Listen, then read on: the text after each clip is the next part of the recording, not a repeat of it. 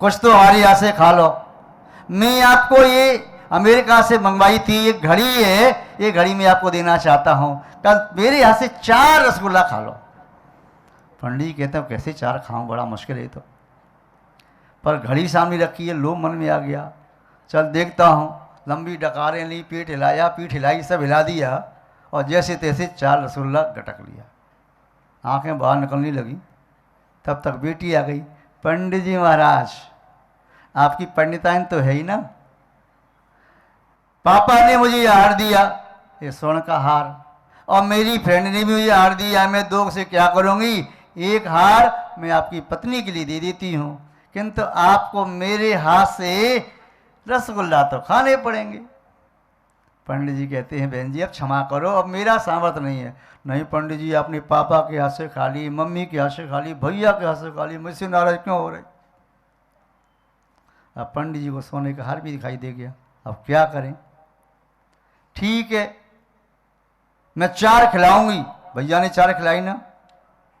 पंडित जी ने जैसे तैसे 1, आधा, पूरा, 1.5, पौन, 2, सवा, 2.5, जैसे बोली बोलते हैं ना, 1, 1.5, पौने 2, 2, 2.5, सवा 2, पौने 3, और फिर कहें 2.99, अभी छोड़ेंगे नहीं, दम बिल्कुल पूरी खींच लेंगे, तभी 3। किंतु हमने एक बार पहले भी कहा था, अपनी समाज की कुरीति थोड़ा दूर हो तो अच्छी बात है। जिन्हें दान करना है स्वेच्छा से दान करें। माइक पर यदि घंटों तक बोलियां लगती हैं तो ये उचित नहीं होता। तो जैसे उसने भी रसगुल्ला खाया, खा गया, 3 तो खा गया, चौथे शोले पर हाथ फूल गए, आधा हाथ में आधा मुंह में, ऐसे अंदर नहीं गया। सेठ जी ने पंडित जी के बेटे को फ़ोन लगाया, आपके पिताजी का स्वास्थ्य खराब हो रहा है, जल्दी से आओ। एम्बुलेंस लेकर के आया, पिताजी को एम्बुलेंस में रखा, लेकर के पहुँचे डॉक्टर के पास। कहाँ पहुँचे, दवा खाने। कहाँ पहुँचे, बोल तो दीजिए। जो दवा दबा के खाता है वो दवा खाने जाता है। पहले से कम खाओगे तो दवा खाने नहीं जाओगे। उसने दवा दबा के खाया तो दवा खाने जाना पड़ा। दवा खाने पहुंचा, डॉक्टर ने सब चेकअप किया, हार्ट वार्ट सब सही है, कहीं कोई बात नहीं। डॉक्टर ने कहा लगता है कुछ ज़्यादा खा लिया इसलिए ऐसा उनको लग रहा है, ऊंचाई आ रही होगी, हाथ में आधा रसगुल्ला है, मुंह में है। डॉक्टर ने कहा बेटे से घबराओ मत, अभी ठीक होता है। हाजमोला की गोली लाया 4। बोले शेठ जी 4 गोलियाँ। पंडित जी 4 गोलियाँ खा लीजिए। उन्होंने आँख खोली, बोले डॉक्टर साहब 4 गोली की जगह होती तो पूरा रसगुल्ला नहीं खा जाता था। ये सोने का हार छोड़ करके आया। तो जठराग्नि मंद हो रही हो तो ज़्यादा नहीं खाना। यहाँ पर बात कर रही थी कि तपाग्नि, तप अग्नि का आशय क्या है कि इच्छा का निरोध करना। इच्छा का निरोध करने से इच्छा हो रही है तब भी नहीं लेना, ये अग्नि अंतरंग के विकारों को जलाती है। और अधिक भोजन करने से प्रमाद आएगा। प्रमाद सभी पापों की मां है, जड़ है। अधिक भोजन करने से जठराग्नि भी मंद होती है। अधिक भोजन करने से बुद्धि ठस हो जाती है, ज्ञान नष्ट हो जाता है। ज़्यादा भोजन करो तो सोते ही रहोगे, याद कब करोगे। और याद कर लिया है, माँ ने पूछा बेटा सुनाओ जो तुमको भक्तमर का काव्य याद कराया था। मम्मी तुम सुना दो ना, और मुझसे नहीं बोला जा रहा, इतना पेट भर गया है। तो प्रमाद के साथ तो सही बात यही है, ज्ञानावणी कर्म का शेषम घटता है, बढ़ता नहीं। तो ये अग्नि आपने देखी, तप की अग्नि। तो तप की अग्नि से विकार नष्ट हो जाते हैं। देखो गुजराती समाज में मैंने पहली बार देखा जीवन में, इतने उपवास करने वाले व्यक्ति शायद पूरे भारतवर्ष में इतने कहीं नहीं मिलेंगे जितने गुजराती समाज उपवास करने वाले। बीते वर्ष चौमासा तारंगा जी में हुआ। आज तक छोटे छोटे बालक बालिका 10-10 उपवास करे, 16-16 उपवास करे, 5-5 उपवास करने वालों की संख्या तो 100 से ज़्यादा। आश्चर्य होगा सुनकर कि क्या वास्तव में उपवास करने का। अभी भी यहाँ पर सुबह से लेकर शाम तक लोग आशीर्वाद लेने के लिए आते हैं। बहनें, छोटी छोटी बहनें, माताएं, बच्चियाँ, बालक कितने उत्साह के साथ महाराज जी आशीर्वाद दे दो, मेरा 3रा उपवास है, 4था है, 5वां है, 6वां है, 7वां, 8वां, कोई 11वां उपवास, 16 उपवास कर रही हैं। धन्य है उनकी साधना, धन्य है उनका धर्म के प्रति समर्पण, धन्य उनकी विशुद्धि, और धन्य उनके माता पिता जिन्होंने अपने बच्चों को ऐसे संस्कार दिए, आज जैन दर्शन की साधना भी कर पा रहे हैं। तो उपवास करना व्यर्थ नहीं है, उपवास करना सार्थक है। उपवास करने से क्या होता है? ये तप की अग्नि की बात कही, एक अग्नि और बता दें। वह अग्नि होती है ध्यान की अग्नि।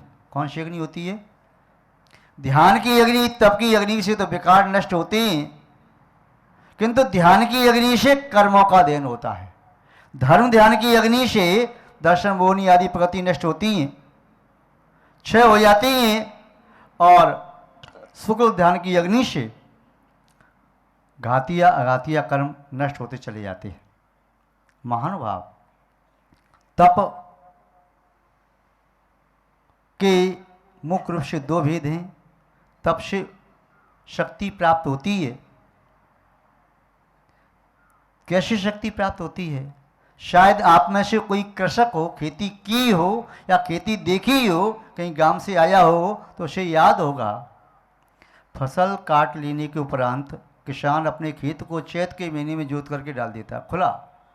ग्रीष्म काल की गर्मी से मिट्टी तप जाए, तपने से क्या होगा? मिट्टी में उर्वरा शक्ति आती है। बार बार किसान जोतता है और मिट्टी तपती जाती है, उर्वरा शक्ति आती जाती है। यदि मिट्टी तपे नहीं तो उसमें उर्वरा शक्ति नहीं आई। वृक्ष पर लगे फल जब वह ताप सहन करते हैं, आंधी लू और सूर्य का प्रचंड ताप जब उन्हें पड़ता है, तो वे फल पकने लगते हैं, पीले पड़ जाते हैं और मीठे हो जाते हैं। वे ठंडी में रख दिया जाए तो पकेंगे नहीं। पकाने के लिए गर्मी चाहिए। आपको कोई फोड़ा फंसी हो जाता है, अब तो आप डॉक्टर के पास जाते, इंजेक्शन लगवा लेते, टैबलेट और कैप्सूल खाते। पहले क्या करते थे लोग? अलसी वगैरह पीस के रख दी या आटा लगा दिया तो उससे पीला पड़ जाता, पक जाता, और जब फूट जाता तो उसके अंदर का पस मवाद निकल के बाहर हो जाता, शांति मिल जाती। तो गर्मी से पकता है, ताप से पकता है। जीवन में जितना भी ताप संताप आप सहन कर लेते हैं, संघर्ष का सामना कर लेते हैं, उतनी आप परिपक्व हो जाते हैं। जिसने जीवन में संघर्ष का सामना नहीं किया, या वह जीवन पिता की संपत्ति पर मौज मस्ती करता रहा, कोई काम धंधा नहीं किया, तो जीवन में कोई एक प्रतिकूलता भी आ जाती है तो कहता है मेरे से कुछ नहीं होगा, अब ये मैं कुछ नहीं कर सकता, मैं तो अपनी जीवन लीला समाप्त कर सकता हूं। तो परिपक्वता आती है संघर्ष का सामना करने पर, संघर्ष में जीने पर। वह तपता है, पकता है, और अनुकूलता में रहने पर कहीं परिपक्वता आ नहीं पाती। महानुभाव, इच्छा नोदो तपः या इंद्रिय नोदो तपः, परिभाषा आचार्य महोदय ने की। सकल कर्म क्षयार्थम तप्यते तपः, संपूर्ण कर्मों को क्षय करने के लिए जो तपस्या की जाती है वह तप है। सा दुविधा, वह दो प्रकार का है, बहिरंग और अंतरंग। बहिरंग तप क्या? जिसे मिथ्या दृष्टि भी कर सके, सम्यक दृष्टि भी कर सके। बहिरंग तप किया जिसे बाहर वाला व्यक्ति भी जान ली तपस्या कर रहा है। और जो अंतरंग में किया जाता है, अपने अंतरंग में इसकी अनुभूति होती है, सामने वाला नहीं जान सकता।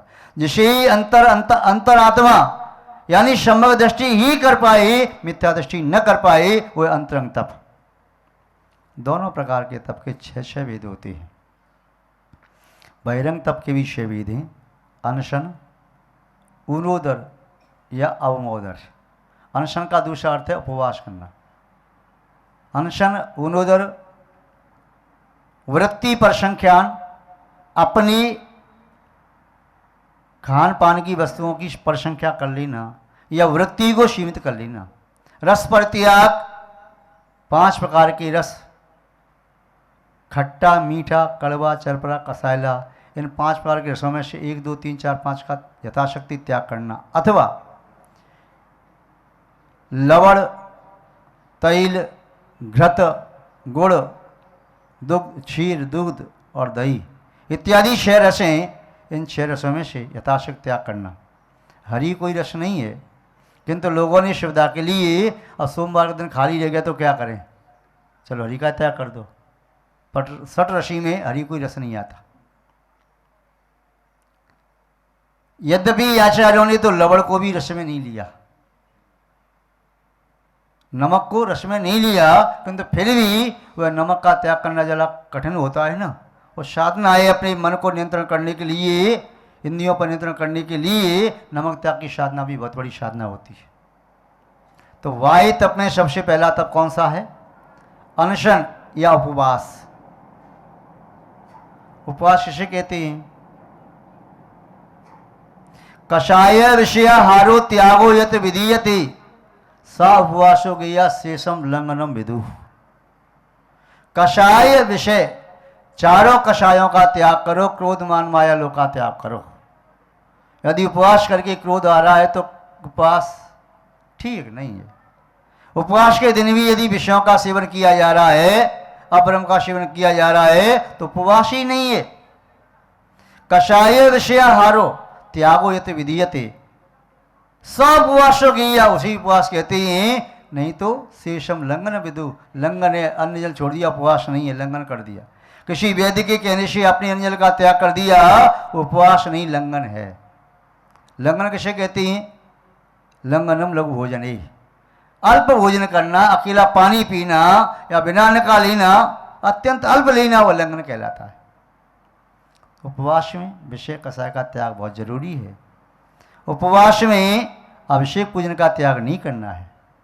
उपवास में पात्रों को दान देने का त्याग नहीं करना है। उपवास में स्वाध्याय का त्याग नहीं करना है। उपवास में समय का त्याग नहीं करना है। उपवास में अन्य कोई भी धर्म की पुण्य की क्रिया का त्याग नहीं करना है। त्याग करना है तो क्रोध मान माया लोभ का त्याग करना है। त्याग करना है तो हिंसा झूठ चोरी कुशील परिग्रह का त्याग करना है। त्याग करना है तो पंचेंद्रिय के विषयों की प्रवृत्ति का त्याग करना है, तब उपवास सार्थक है।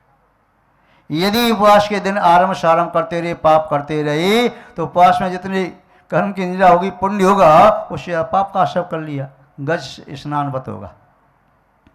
तो उपवास में वास्तव में ही आत्मा के समीप बैठने का प्रयास करो, धर्म ध्यान को करो, तब तो उपवास सार्थक है। और उपवास करने से क्या लाभ है? आचार्य महोदय ने लिखा है, यद यद ज्ञानेन जीवेन कृतम पापम सुदारुणम उपवासेन तत्सर्वम दैत्य अग्नि निवेदनम। बिना उपवास के अज्ञानी जीव जिन कर्मों को सुदीर्घ काल तक हजारों लाखों करोड़ों वर्षों में वह अध्ययन कर पाता है, उपवास करने वाला व्यक्ति उन दारुण कर्मों को उपवास के माध्यम से ऐसे अध्ययन कर देता है जैसे पेट्रोल में आग लगा दी हो। वह कर्म स्वाहा होता है। उपवास करने वाले व्यक्ति की मनोकामना अधूरी रहती नहीं, चाहे कोई भी मनोकामना हो। जितनी बड़ी मनोकामना उतनी ज़्यादा उपवास करो, सब पूर्ण हो जाएंगी। पहली बात तो ये, उपवास करने वाले के मन में मनोकामना ही जन्म नहीं लेती, शांति चाहता हुआ कोई इच्छा ही नहीं रखता। फिर भी यदि नारायण या पतनारायण या चक्रवर्ती दिग्विजय करने के लिए जाते हैं, उपवास करते हैं, डाब के आसन बैठकर उपवास करते, 2 उपवास 3 उपवास। मुनि महाराज तीर्थंकर भगवान दीक्षा लेते हैं, दीक्षा लेते उपवास करते हैं। मुनि महाराज दीक्षा लेते उपवास करते हैं। और भी कोई पुण्य का कार्य किया, उपवास पूरा पुण्य का संचय किया, उसके बाद उस कार्य को मंगलम संपन्न करने के लिए प्रारंभ करते हैं। उपवास करने से प्रचुर मात्रा में पुण्य आता है। उपवास करना सफल है, सार्थक है, तो उपवास करना चाहिए। जो उपवास करते हैं वे ठीक करते हैं, जो नहीं करते हैं उन्हें प्रयास करना चाहिए। किसी उपवास करने वाले का उपहास नहीं करना चाहिए। उपवास करो, उपहास मत करो। नहीं तो लोग अज्ञानी व्यक्ति क्या कहते हैं, अरे देखो पागल है, मूर्ख है, घर में खाने पीने के लिए सब कुछ, फिर भूखा मर रहा है। आज बुद्धिपूर्वक अन्न जल का त्याग कर रहा है, इसके जीवन में कभी वो नौबत नहीं आएगी कि खाने पीने के लिए मिले नहीं। और किंतु जो उपहास कर रहा है, उसके जीवन में कल वो दिन आ सकता है कि दर दर पर भटकना पड़े एक एक ग्रास के लिए। तो कभी किसी उपवासी के उपवासों का उपहास मत करो।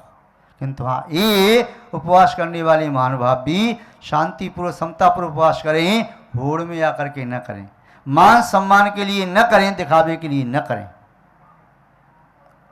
मन में क्षमता भाव भी रखें, शांति से धर्म ध्यान करें। और यदि क्षमता नहीं, विषमता है, तो फिर व्रत उपवास पे सार्थक नहीं होते। किसी कवि ने लिखा है, व्रत उपवास करें का होइए, व्रत उपवास करें का होइए, बुंदेली भजन है, व्रत उपवास करें का होइए, जो कषाय रही थोरी, मन में अपनी साता नहीं आ तो समझो लांगन कोरी। व्रत उपवास करो तो कषाय आदि को शांत करके। महानुभाव, उपवास करने वाली तपस्वी साधक अपने आप बहुत हुए, एक नहीं अनेक हुए। उदाहरण देने बैठे तो लगेगा कि कितनी नाम लें सुबह से शाम हो जाएगी, उपवास करने वालों के नाम पूर्ण नहीं होंगे। तीर्थंकरों ने उपवास किए, सामान्य केवलियों ने उपवास किए, पूर्व में उपवास किए, व्रत किए, शीन निष्कृत जैसे व्रत किए, लब्धि उदान व्रत किए, और भी कितने प्रकार के व्रत हैं, विमान भक्ति व्रत, नंदी व्रत, शक्र व्रत, ये छोटे छोटे व्रत तो छोड़ो, बड़े बड़े व्रत जिसमें उपवास एक सप्ताह में एक आहार करना, या एक पक्ष में एक आहार करना, एक महीने में एक आहार करना, या 4 महीने में एक आहार करना, 6 महीने में एक आहार करना, 1 साल में एक आहार करना, या साल भर तक आहार नहीं करना, ऐसे ऐसे कठोर व्रत किए। बाहुबली मनराज ने 1 साल तक खड़े रहे, तपस्या की, आहार के लिए निकले नहीं निकले, अनशन खूब किए। अन्य अन्य महापुरुषों के बारे में आता है कि 4-4, 6-6 महीना का उपवास करने वाले रहे।